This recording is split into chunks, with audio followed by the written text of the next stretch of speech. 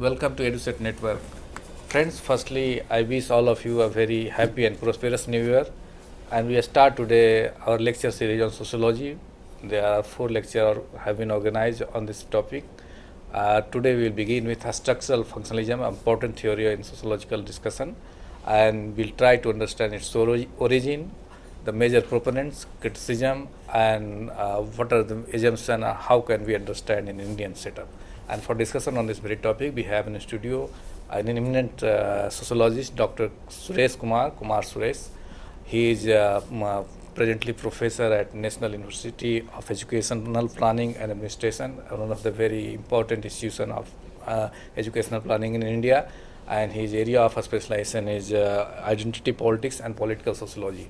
So I hope his knowledge and experience will help us to understand the structural functionalism in a new perspective and give insight to how to study this theory and apply in a practical setup in an Indian setup. So on your behalf, I welcome Dr. Kumar Suresh for EduSet lecture. Welcome you, sir. Thank you, Dr. Amrit Kumarji. I also join Dr. Amrendra Kumar in wishing you all a very happy New Year. Today we are going to discuss about one of the important sociological theory that is referred as structural functionalism. There are a variety of sociological theories, and among all these theories, structural functionalism stands out to be a very, very important sociological theory in literature. Today we will discuss about a structural functionalism, and there could be 4 important ways and components of approaching this sociological theory. First is its origin, how structural functionalism came into a codified sociological theory among sociological literature. The second important component is who are the major proponents of structural functionalism. And third important component could be what are its major assumptions. And lastly, we can reflect on a critical evaluation of structural functionalism, how structural functionalism has been viewed and received by other sociologists, and developments in subsequent years. So, if we begin with this, its origin may be traced back to very roots of sociology itself. As a student of sociology, we are aware that Auguste Comte was basically a founding father of sociology, and structural functionalism is not essentially associated with him. Basically, structural functionalism is discussed, and Talcott Parson, Malinowski, Radcliffe Brown, R.K. Merton, these are the names which are frequently quoted in the case of structural functionalism. But it is also important to remember that even though these 4 important names, Branslow, Malinowski, Radcliffe Brown, Talcott Parson, and R.K. Merton, they are basic proponents of structural functionalism. But we cannot undermine the foundation of structural functionalism, which was laid by early sociologists. If we take the case of Auguste Comte certainly put emphasis on totality and stability of society. In fact, if you recall the entire socio-cultural environment which the French society was passing through during the time of Auguste Comte, you will come to know that that was a turbulent time. And the basic concern of sociological theory was, or social scientists was, to find some ways and means of establishing order in that particular society which was passing through a stage of transition. So, in this stage of transition, many things came into being, and theorists started thinking over this, and Auguste Comte had his own understanding of the dynamics of society. So, first of all, he put emphasis on the fact that society can be understood through its scientific method, and therefore earlier he called this sociology as a social physics. So, the basic idea was to study sociology through scientific principle. It is not just humanities, which was by and large looked at from a different angle. It means it was alleged that humanities and other disciplines of society cannot address the problem of society in a scientific manner. And if you wish to address any problem of society, you have to follow its own method, and the precision, observation, objectivity, these are the aspect of scientific method which may not be applicable in case of society. But for the first time, in a more systematic manner, Auguste Comte interrogated the whole idea of this subjectivity, and he asserted the view that no, it is wrong to assume that society cannot be studied and understood by any scientific means. Sociology may have its own method, and that can be studied by establishing a causal linkage between different aspects of society and its happening. And for the first time, he laid the scientific foundation of scientific basis of the study of society, and for this reason he is considered to be one of the most important proponents of sociological literature in that mold, which is referred as the mold of scientific method. But this is just one part of the whole story which Auguste Comte attempted to traverse through, or attempted to address. But more than that, he also put emphasis on stability, how order can be maintained in a society and how order is maintained. So, the basic assumption in that case was to establish some kind of causal analysis, and that causal analysis in the form of causal analysis, he talked about two different social statics and social dynamics.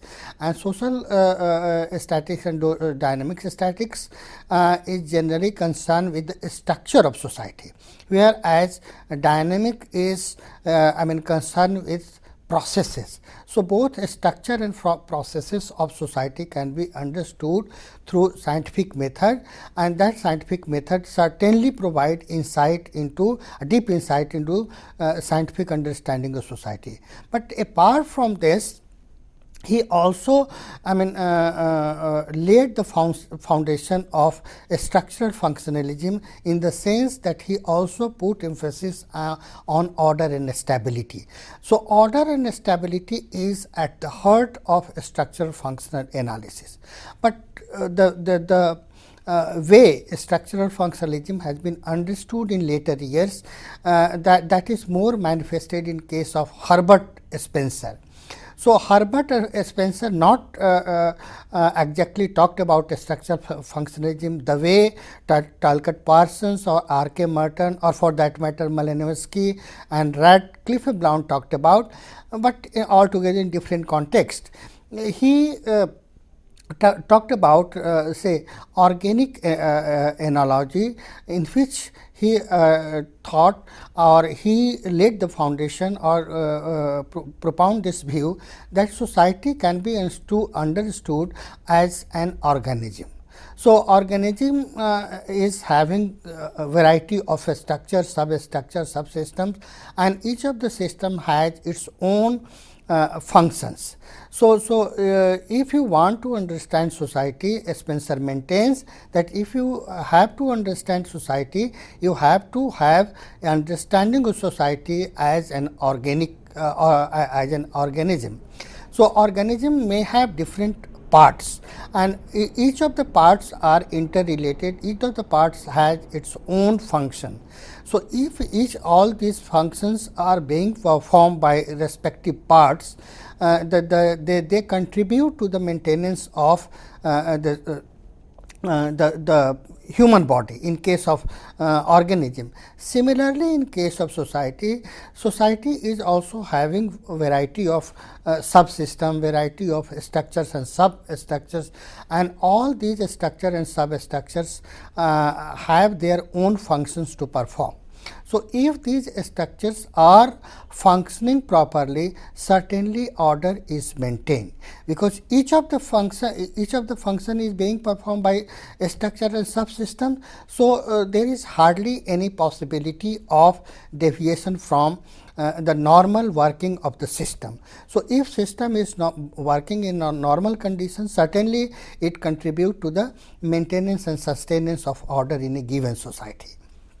But this is just broad reflection on Spencer understanding about a structure of society and its processes and how society should be understood.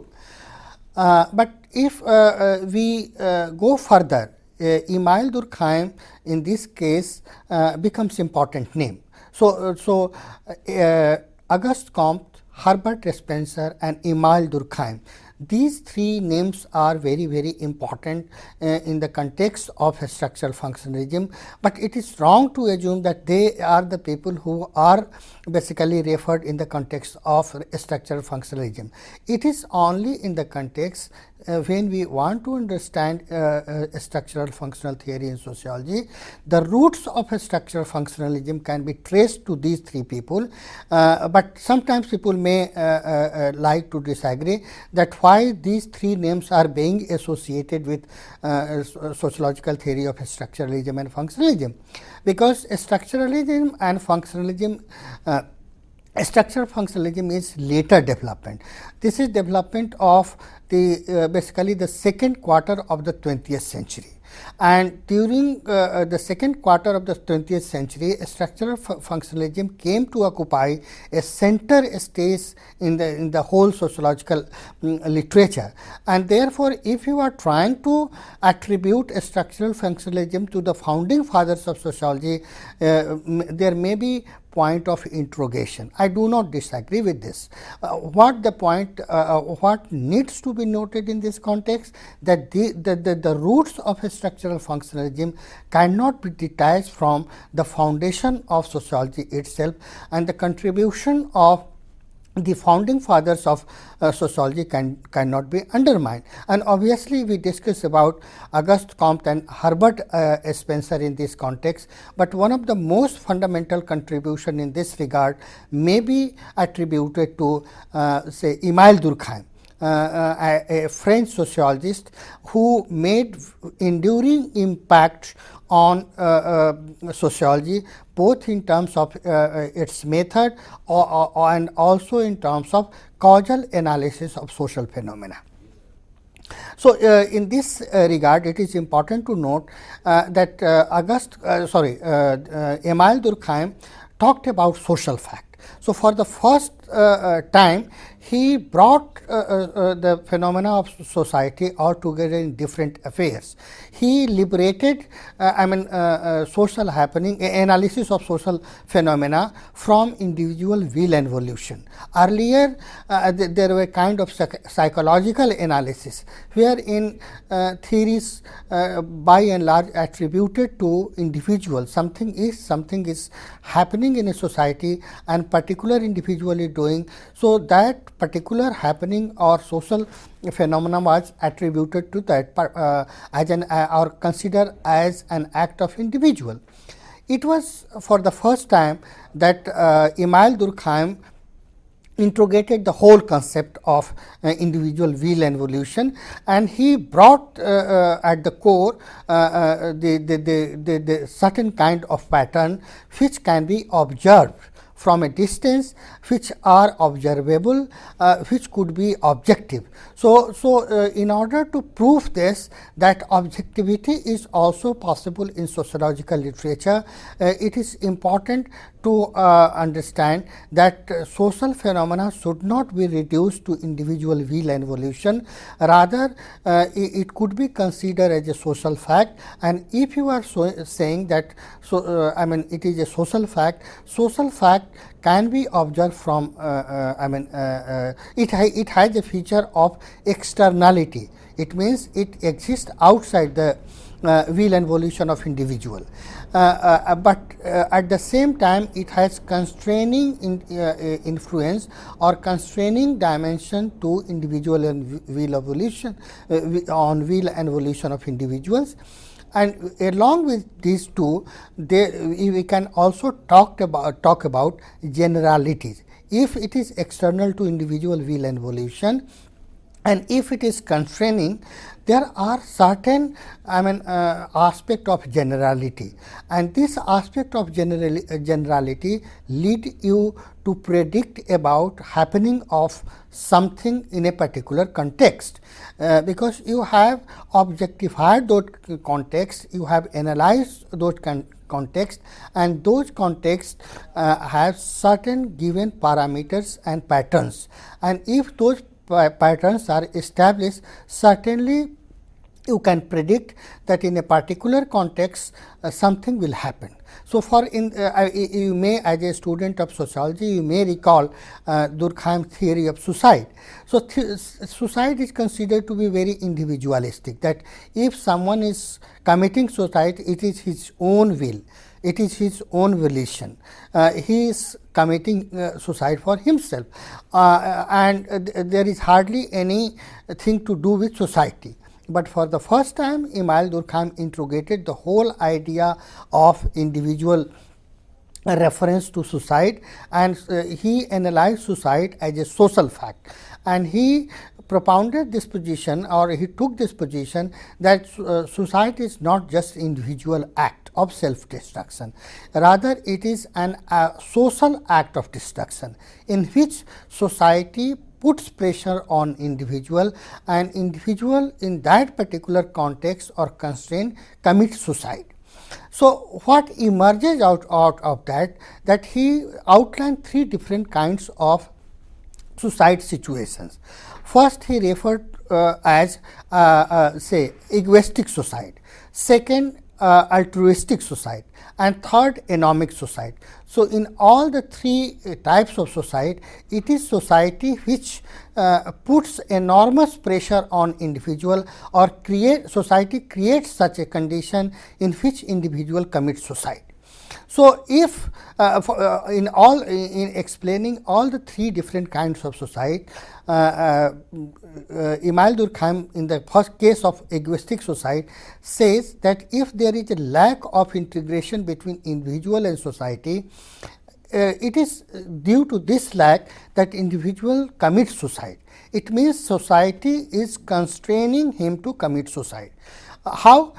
Because if you are as a student, if a student is appearing an examination and he is unable to pass out the examination, so he starts thinking that if I do not pass this examination, what will my family members, my relatives, my peer groups, my friends and society at large will think about me.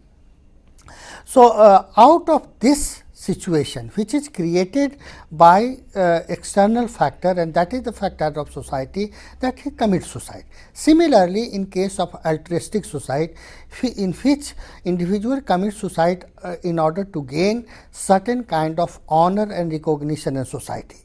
So, in medieval times, the tradition of committing Johar in India, or harakiri in case of Japan, these are examples which shows that there is over integration of individual and society, and due to this over integration of individual and society, what individual thinks that if I do something, society will give some respect to my act, and my act will be appreciated by society at large, and due to this he commits suicide.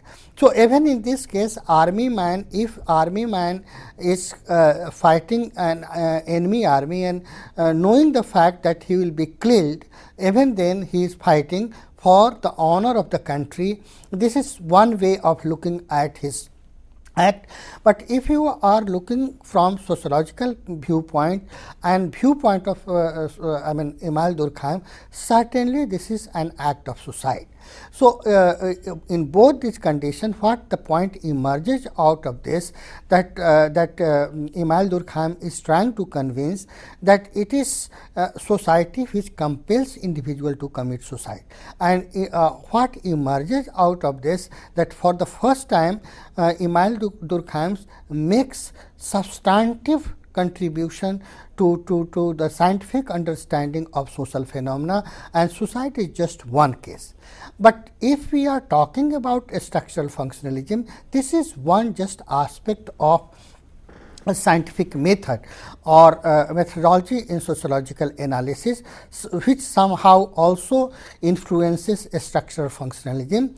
But more than that, he is more concerned about order and stability in society, how order is maintained, and this aspect of order and stability in society and coherence, that is very important, and that is very much evident in the case of whole contribution of Emile Durkheim, that may be considered as important contributions in the case of structural functionalism. For example, his theory of religion. So, he is not looking at religion from a viewpoint of a religious person in terms of certain supernatural power or something like that. But he is trying to explain the phenomena of religion in society altogether in a different context. He is trying to explain religion from functional viewpoint. And this functional viewpoint leads him to conclude that religion has certain basic functions to perform, and it is the this aspect of function that is important to understand. So, for him, religion unites individual in a society. It provides opportunity to come together, to think collectively, and to reinforce collective conscience in a given society. So, if collective conscience is reinforced through this, and so this ultimately helps in reinforcing stability in society and bringing individuals in a society, that is more important than the religion as a phenomena per se. It is function of religion which is important for sociological analysis. So, the point which emerges out of this, that he is more concerned about explaining religion from a sociological viewpoint, and that too giving focus on function. So, this aspect of function or functionalism may be taken into consideration while we trace the origin of a structural functionalism. And in this case, Emile Durkheim contribution cannot be just undermined, or the whole idea of structural functionalism and the whole theory of structural functionalism cannot be detached from this aspect, and this is precisely the point which I wanted to maintain at this stage. So, if we are talking about the origin of structural functionalism, the contribution of all the three founding fathers become very important and significant, and we cannot understand this whole theoretical foundation of structural functionalism without making reference to Auguste Comte contribution of Herbert Spencer, and the contribution of Emile Durkheim. But if we move further, as I pointed out in the very beginning, that structural functionalism is not essentially attributed to these founding fathers, and basically it is in the anthropological tradition it is Malinowski and Radcliffe Brown, and in sociological tradition Talcott Parsons and R.K. Martin, which are considered to be the real founding father of this sociological theory, which is referred as structural functionalism. So, if we take the case of Malinowski or Radcliffe Brown, in anthropological tradition, both these have contributed in their own ways. So, in anthropological analysis, both he gives emphasis on, Radcliffe Brown gives emphasis on structure, whereas in Malinowski analysis we find some reference to the theory of need. But what emerges out of these two important contributions in anthropology is emphasis on both structure and function in a more nuanced way. And for this reason, structural functionalism is normally traced back to or generally attributed to both Malinowski and Radcliffe Brown in their own ways. But but more than that, because they for the first time they laid the foundation of a structural functionalism as an important theoretical base or important sociological theory in their own anthropological tradition. But Talcott Parsons and R.K. Martin contributed a lot, and the whole idea of a structural functionalism is primarily understood by the contribution made by both Talcott Parsons and R.K. Martin during the second half of the 20th century, in the second quarter of 20th century, or which continued till early 60s. And during this period, structural functionalism occupied a predominant position in the entire sociological theoretical formulation and the framework. Naturally, in this case, you may ask that what are the basic assumptions of structural functionalism. It is very, very important. We trace the origin of structural functionalism, but if we try to pinpoint that what are the salient points of a structural functionalism, that is very, very important. Before coming specifically to or reference to Talcott Parsons and R.K. Martin, it is also important to recall or pinpoint basic assumption on which a structural functionalism is based on. So, in this case, first important assumption is assumption of organic analogy. So, in the beginning, as I pointed out that Herbert and Spencer particularly attempted to, it was also in somehow found in case of Auguste Comte, but in case of Herbert and Spencer it was more pronounced, more obvious, wherein he talked about organic analogy. In this case, structural functionalism is primarily based on organic analogy. It attempts to see society as a system. It is of course a social system, and this social system is having various systems, interrelated systems and subsystems, subsystems, and all these subsystems, systems and corresponding structures and substructures that provide meaning to the social system. If you just compare, for example, if you compare human body, in a human body you have different parts. You have eyes, ear, say nose, hand, brain, leg.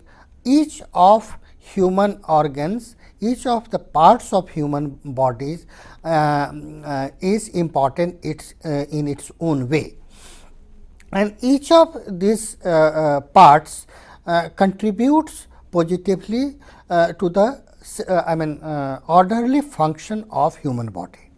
So, if all the parts of human body is functioning properly, certainly a person is considered to be healthy and in a normal state. But if any part of the body is not functioning properly, for example, say internal structure or internal parts of the body, if kidney is not working, so obviously it will influence other parts of the body, because each parts of the body is interrelated and interdependent, and if each part is functioning properly, only then a person is considered to be normal. So, if one particular part of body is not functioning well, for in this case say kidney or liver, if kidney or liver is not working properly, certainly a person is having some physical element. He may not be able to perform normal life. He will be confronted with other related problems. So, what will result into this case? In this case, person concerned or human body will not perform properly. Similar is the case with social system, and this is basic assumption of structural functionalism. They consider that like human body, society should also be considered as a system. If it is a system which is known as social system, this social system is having different components, different subsystems and different parts. Each part of the social system is working and contributing to the systemic functioning or orderly functioning of society. But there could be a time in which one part of society may not be performing properly. So, in this case, what will happen? The society will confront the situation of deficit, and this point of deficit would certainly get reflected.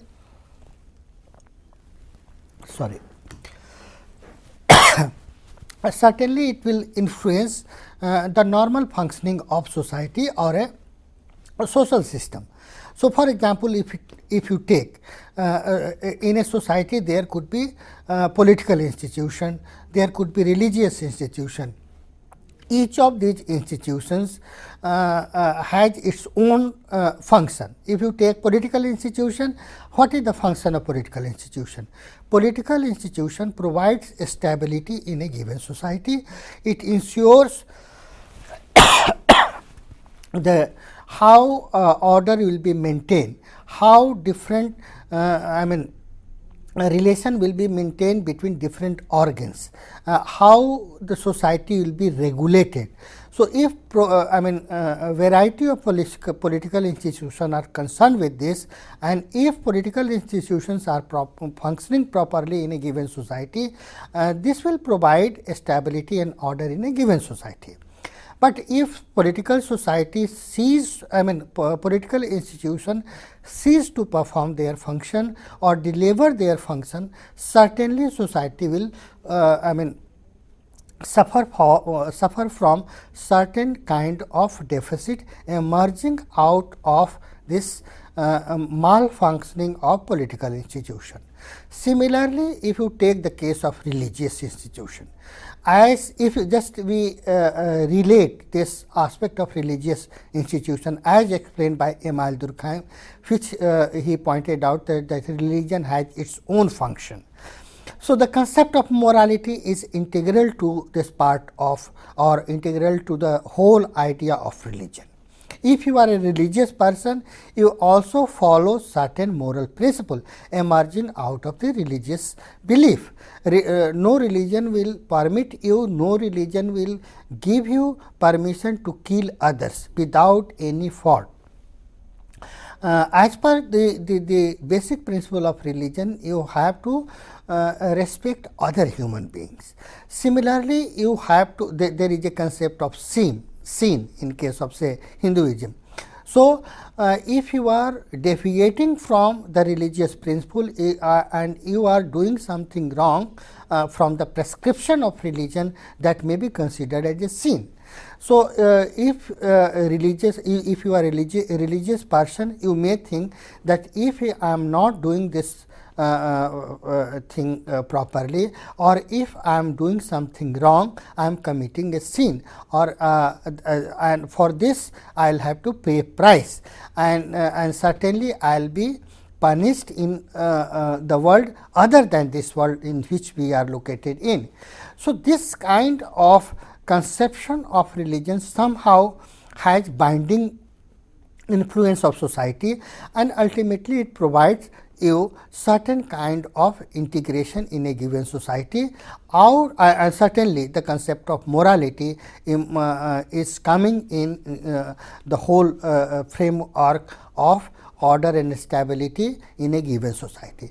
So, all subsystem or systems in a society perform certain positive function, and out of this positive function order is maintained, and this point is certainly highlighted by each of the functionists, structural functionists, whether it is Emile Durkheim, Auguste Comte, or say Herbert Spencer as founding fathers of sociology, but more than that, even tactical person is basing his whole analysis in one way or the other on the assumption of stability and order in a given society, and this stability and order is certainly taking into account the aspect of equilibrium in society. So, an organic analogy is basic to this whole understanding of structural functionalism, and you cannot imagine a theory of structural functionalism unless you make reference to organic analogy, and if you do not understand society as a social system in which all systems are interrelated and interdependent. So, if a society has to function properly, if order is to maintain in a given society, each of the system and subsystem of society has to perform certain function assigned to them. If there is any kind of problem in one part of the society, it has corresponding influence or effect on other parts, and if it has corresponding influence on other part, certainly it will influence the whole idea of order and stability in a given society. So, therefore, this is very, very important if we are looking at structural functionalism as a theory. So, the point which I want to emphasize here is that structural functionalism cannot be explained unless this organic analogy between human body and society is understood. So, the organic analogy is almost at the heart of the understanding of structural functionalism. The second important point which needs to be taken into account while we are trying to explain or understand structural functionalism is the concept of certain functional imperatives.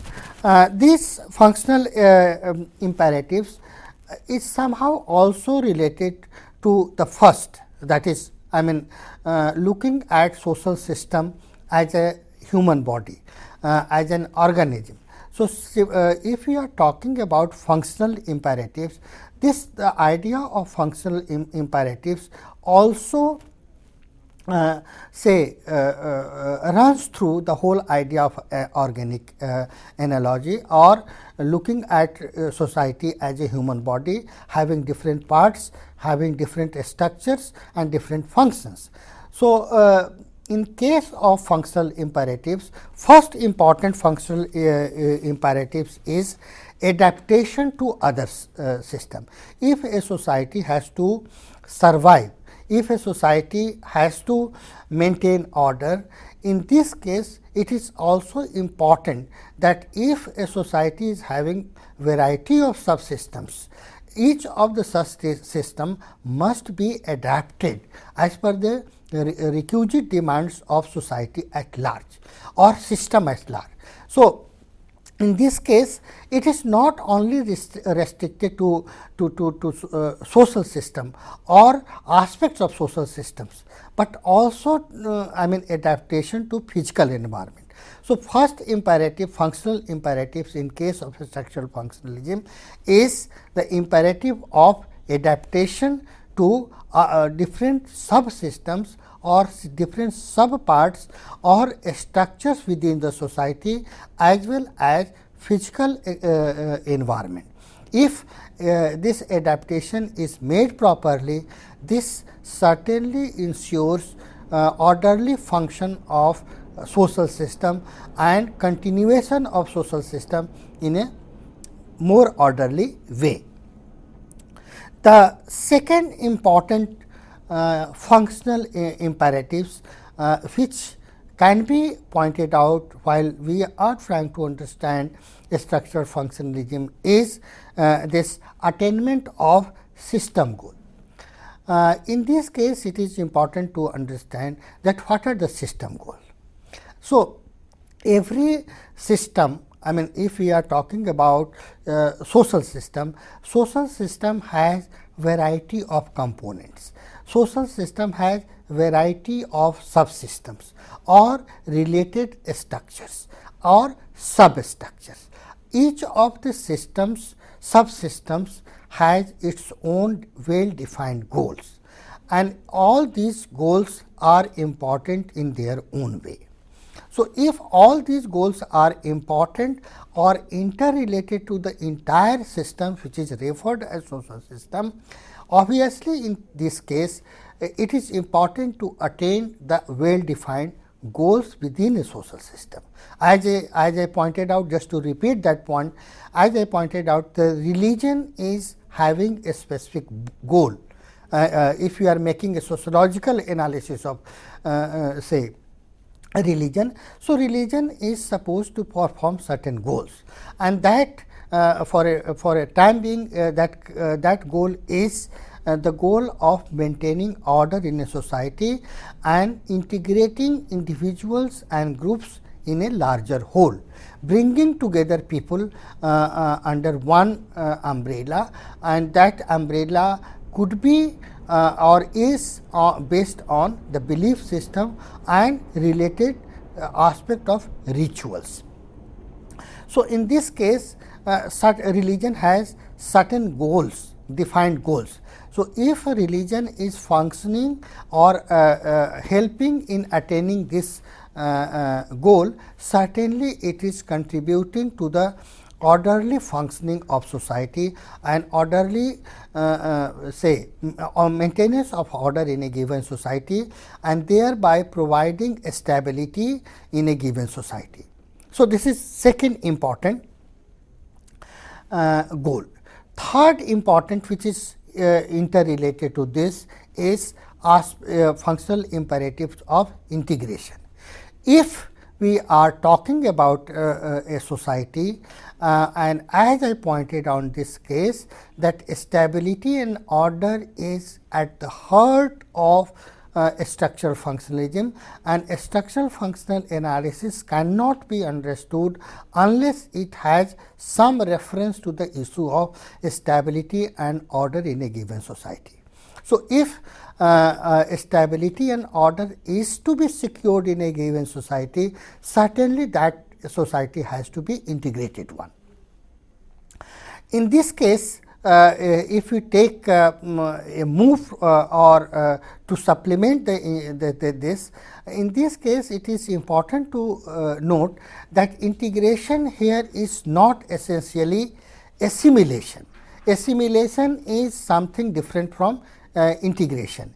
Assimilation would refer that each and every aspect of a given society is amalgamated and there is no separate reference to any of the parts.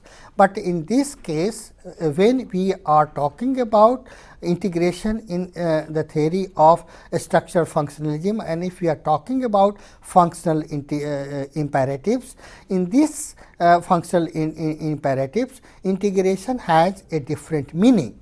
Wherein integration will imply that each of the aspects, each of the aspect of society has its own way of maintaining order, and that order should be maintained in terms of certain aspect of integration, and that integration is almost imperative. Unless this functional imperatives is fulfilled, you cannot imagine the stability and order in a given society.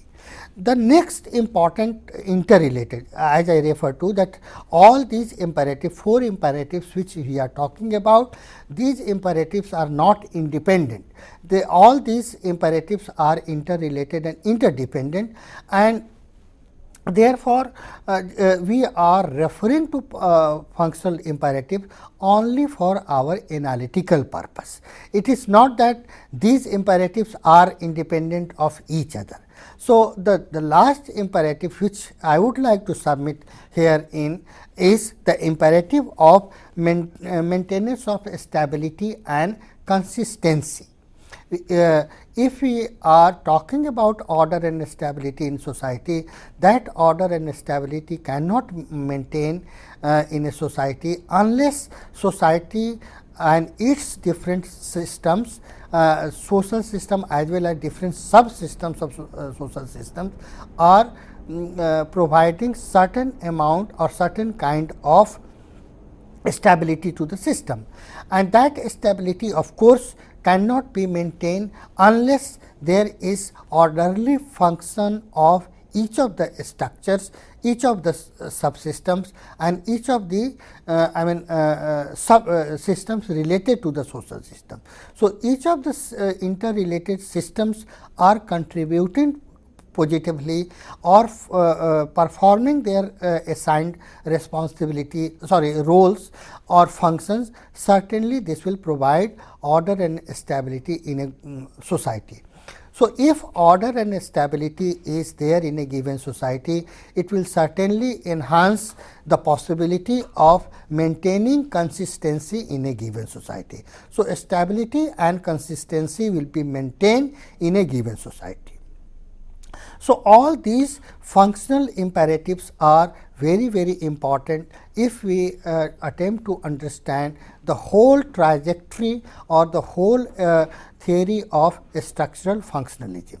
But in this regard, it is also important to note that structural functionalism, as in the very beginning I talked about, that 2 important names cannot be just missed out. One is the name of Talcott Parsons and another is R.K. Merton. Talcott Parsons, as I mentioned, the Talcott Parsons is recognized as one of the most important names in the entire discourse of structural functionalism. In a way, he is considered to be the founder of structural functionalism, which he dominated the whole the idea of structural functionalism theory during the 90s, 30s, 40s, 50s. It is only the decade of 1960s which gave altogether different idea of integration to the theory of structural functionalism. But before that, structural functionalism constituted a dominant view of sociological analysis or sociological understanding and sociological method. And in this case, the contribution of Talcott Parsons is seminally important. Okay. So, it is in this regard that 2 important points that I would like to reflect here in is his theory of voluntaristic theory of social action.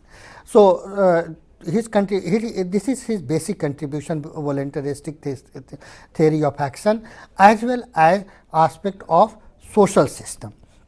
in both the cases, he is re-emphasizing the aspect of stability and order, and the idea of equilibrium is very, very important in this case. So, if he is talking about stability in order, either in his theory of action or theory of social system, he is in one way or other trying to reinforce that society is like a system, and that system cannot function unless each subsystems and each part is contributed positively, and this is his assumption that society is generally maintained and it is orderly. There could be a deviation here and there, but the dominant aspect of society is order and stability, and there is and this is made possible because each structure and each subsystem of society contributes positively for the maintenance of order. They perform their respective function, and this functioning of each of the or delivery of the function of each of the structures and subsystems certainly contribute to the order and stability of society.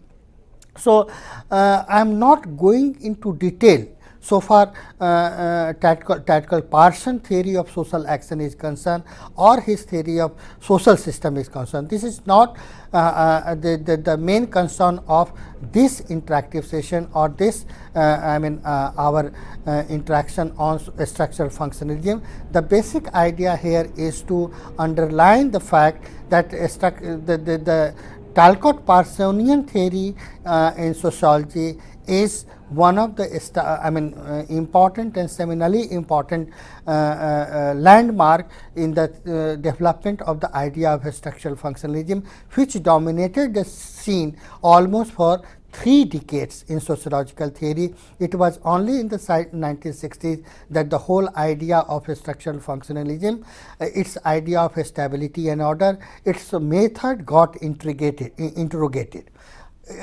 In this regard, it is also important to maintain that if we are talking about sociological method in terms of structural functionalism, in this case there are underlying assumptions of grand theory, and it is more evident in the case of Talcott-Parsons. Talcott-Parsons took some thing which taken for granted, and therefore he is vehemently opposed and criticized by sociologists for making grand theorization. And it is generally maintained that if you are talking about sociology or society, grand theorization is not possible. The nature of society is so complex that you cannot make generalization. But in all his writings, Talcott-Parsons made certain causal analysis and certain assumptions which turn out to be grand theorization of society and laying foundation of sociological method in that mode. So, this is very, very important in this regard. But the other important contribution comes from R.K. Merton. R.K. Merton is considered to be one of the structural functionalists after Talcott-Parsons. In fact, R.K. Merton was aware of the limitations of Talcott-Parsons and his whole idea of grand theory, and his whole idea of grand theorization made about society and its systems. So, R.K. Merton, remaining within the confine of structural functionalism, makes reference to altogether different methodological tool, and he for the first time realized this limitation within the structural functionalism, that structural functionalism by and large has not been able to transcend the method which have based on grand theorization. And if we are trying to understand society and its dynamics, we must understand altogether in a different context, and it is in this context he propounded the theory of middle range. And middle range theory for R.K. Merton is a way of transcending the limitation of grand theorization. This middle range theory attempts to reconcile both the aspect of grand theory, certain aspect of grand theory or theorization of society and empirical situation that exist in society at different levels. So, if you are trying to understand the dynamics of society, you have to make a kind of reconciliation between theory and empirical facts. If you are trying to do so, in that case you are better equipped with a method which will help you in a better understanding of society. So, in a way R.K. Martin attempted to overcome the limitation of structural functionalism, but he could not transcend the whole idea of and whole idea foundation of structural functionalism, which is criticized for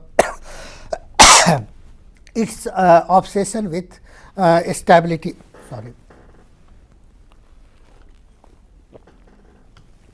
Its obsession with the idea of stability and order.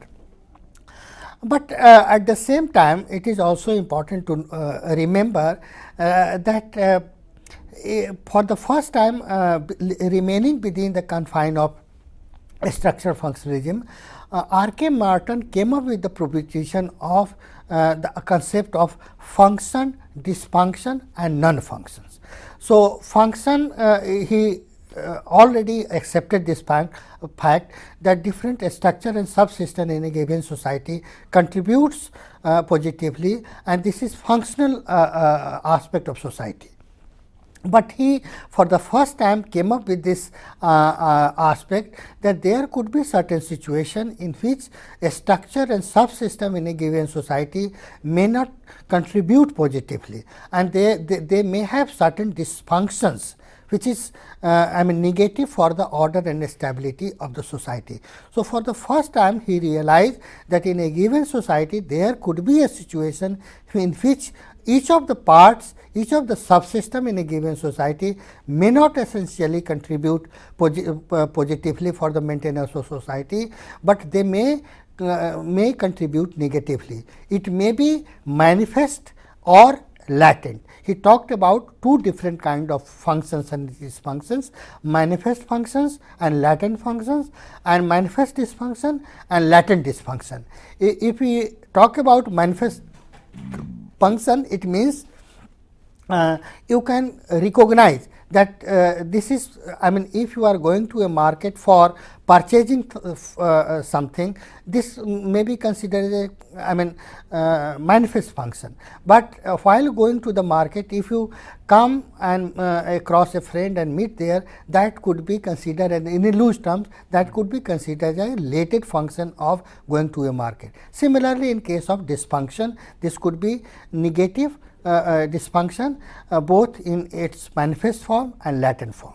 But there could be another important dimension, that is the dimension of non-function.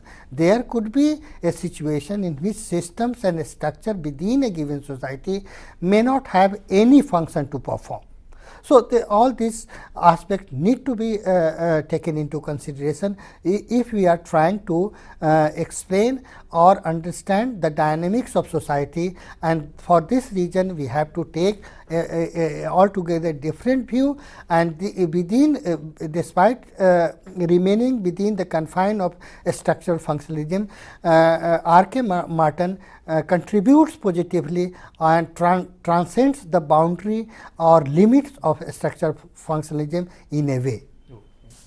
So, well, you explained all its origin, proponents, major assumption and critical evaluation, but last 30 seconds I would like to what research, what area which need to be explored in the case of a structural functionalism?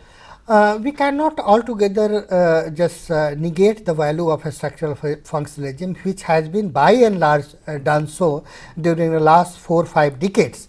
As I mentioned in the beginning, that in the 30s, 60s, 30s, 40s, and 50s, it constituted a major component. But in the light of recent developments, it cannot be relied upon as an exclusive concern. So, well, friends, with these words, we like to conclude the lecture. I thank all of you for watching the lecture, and on your behalf, I thank Dr. Kumar Suresh for giving such an insightful lecture. Thank you very much. Okay, thank you.